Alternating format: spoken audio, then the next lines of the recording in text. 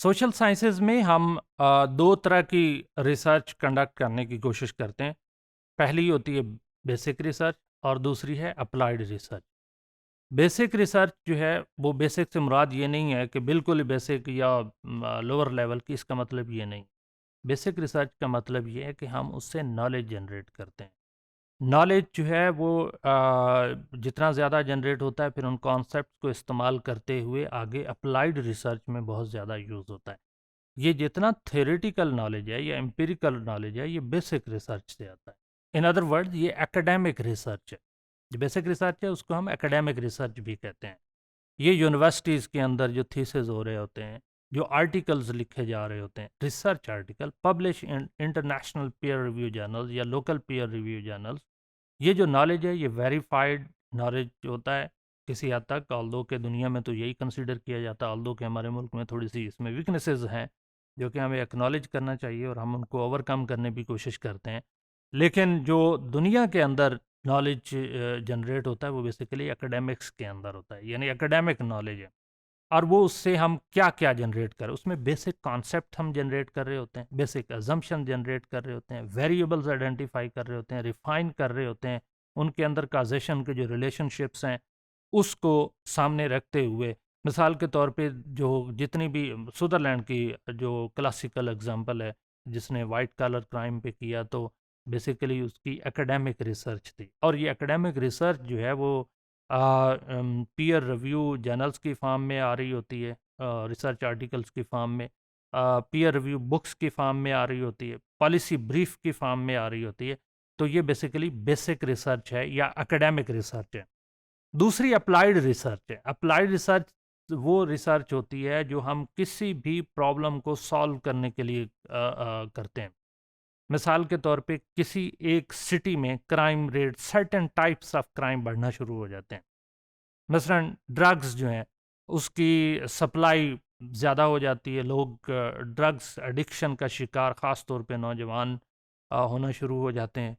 तो उससे स्टेट को कोई प्रॉब्लम होता है, स्टेट चाहती है कि ऐसा ना हो, तो वो अंडरस्टैंड करने के लिए जो रिसर्च कंडक्ट करवाते हैं कि भाई कौन सी किस तरह की ड्रग्स हैं जो हमारे सिटी में आ रहे हैं, कहाँ से आ रहे हैं, उसका सोर्स क्या है, उसका ओरिजिन क्या है, कौन लोग हैं उसको यूज़ कर रहे हैं, कौन लोग हैं जो ड्रग एडिक्ट हैं, सप्लायर्स कौन है, उसका मैकेनिज़्म का क्या है। तो ये जितनी भी रिसर्च होगी ये अप्लाइड रिसर्च होगी। ये बेसिकली पॉलिसी के लिए, पॉलिसी चेंज के लिए ये कंडक्ट की जाती है। स्टेट या जो सिटी अथॉरिटीज़ हैं वो इसको, क्राइम को, यानी ये ड्रग से रिलेटेड क्राइम को रोकना चाहते हैं, तो उसके लिए रिसर्च जो की जाती है वो अप्लाइड रिसर्च होती है। अप्लाइड रिसर्च को कुछ लोग जगहों पे ज़्यादा पसंद किया जाता है इसलिए कि वो प्रॉब्लम सॉल्यूशन के लिए, और कुछ हमारे जैसे ज़्यादातर थर्ड वर्ल्ड में उसको कोई इतना ज़्यादा सीरियस नहीं लिया जाता। उसमें हमारे अपने एकेडमिक्स का भी कसूर है।